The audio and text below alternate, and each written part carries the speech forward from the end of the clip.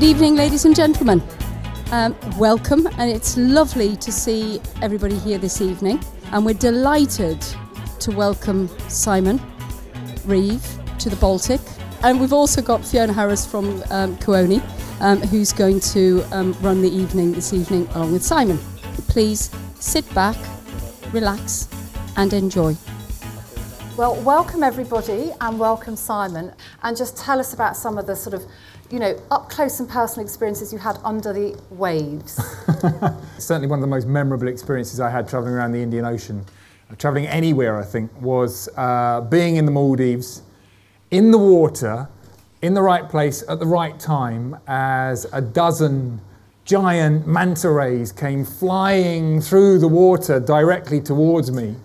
Or rather, I was in their path. They weren't aiming for me, I was just in their way. And they were stacked in a perfect formation, mouths wide open, filter feeding, and flying through the water. It was a very beautiful, very memorable experience. There's a fish farm under threat in Australia, and it's under threat from an even more scary creature than I think the shark is. Tell us What could that be, Fiona? What is scarier than a shark? I don't know, you tell everybody your experience. When we arrived in Australia, we started our journey in an area called the Kimberley. It is one of the last great wilderness areas left on planet Earth. We did go to this eco-friendly fish farm that has been operating there. It's a temporary fish farm that's been operating just off the coast of the Kimberley. And yet the workers on this fish farm, as you say, they're having one or two problems with scary local creatures. Saltwater crocodiles. They're the only creature really I can think of that makes no distinction between us and any other type of meat. We are just a big meal to them. Anyway, the fish farm workers are understandably concerned about the fact they are being stalked by 3 to 5 metre long crocodiles who are just waiting for them to slip off their boats into the water, and then they've got them.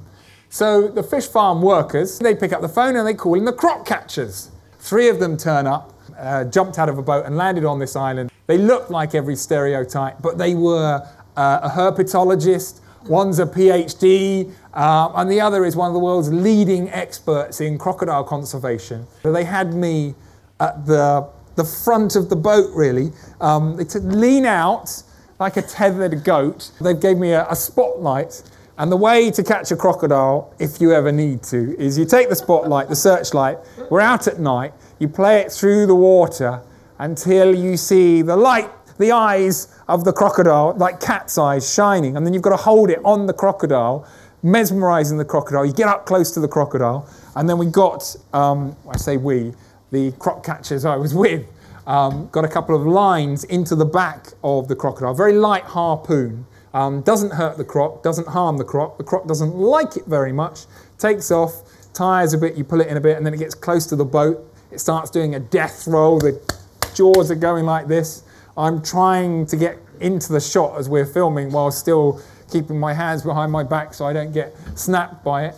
And anyway, the croc went into the death roll, wrapped the rope around its jaws so they came shut like that, did our job for us. Then quick wrap of gaffer tape around it and then hauled it into the boat. It was a very bizarre and magnificent experience. But the ultimate point was, these guys I was with 50 years ago, 40 years ago, they would have been called in to shoot the crocodile. But I think there's a greater understanding and awareness that everything has a place in the ecosystem now. They relocated that crocodile to a sanctuary. When the fish farm moves on, then it will be relocated back there, and the natural balance can be restored. Now, there was one place or one person that sticks in my mind, and if anyone saw the episode in the Seychelles, there was a really colourful Yorkshireman. Tell us about Brendan. Brendan Grimshaw, 86 years old, 86 years young. He bought an island in the Seychelles in the 1960s for 8,000 of our British pounds.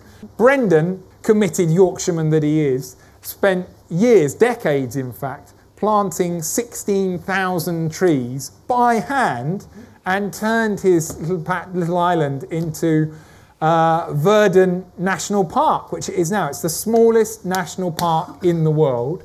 He has been offered almost unlimited sums for his island. And he said, no, no, I want this island to be left for the young people of the Seychelles, so they have an island in the future that hasn't got even a small hotel on it. National parks and marine sanctuaries, they're basically becoming wildlife arks. These are little isolated places where wildlife is surviving. And I really urge you to go and visit these national parks, pay your entrance fee, maybe leave a bit of a contribution as well, because you are paying for the upkeep of something that we all really need to protect. If you were to take your son and your wife on a holiday, just say, you know, anywhere you've been in the Indian Ocean, for true R&R, where would you take them?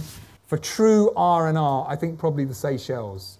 It's a beautiful place. It's not just small little deserty islands. It's grand islands, huge granite mountains covered in trees. I thought it felt very lush and beautiful there. About half the country is under conservation. They're very careful to limit hotel development so it doesn't feel like, you know, it doesn't feel anything like Benidorm. It's the complete opposite.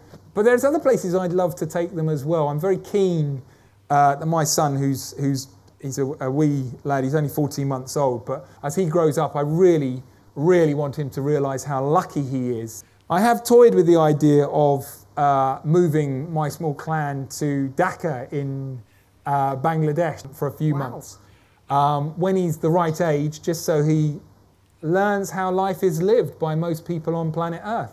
With long distance worldwide travel and the fuel implications and the effect on the climate for that. Yeah. What we put into the economies of the places that we go to, do you think that that balances up the fuel that we're burning up to get there? Certainly, I think unless we go to these national parks I'm talking about, we are going to lose staggering amounts of biodiversity on this planet.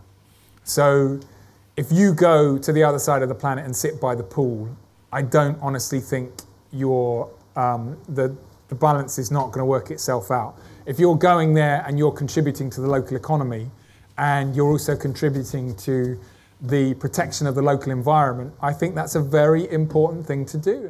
Thank you. Thanks very much, Fiona and Simon. That was absolutely amazing. It truly was a fantastic way to spend an evening. Listen to you. You are a compelling storyteller. And the bridge tilt is starting to happen at 9:15.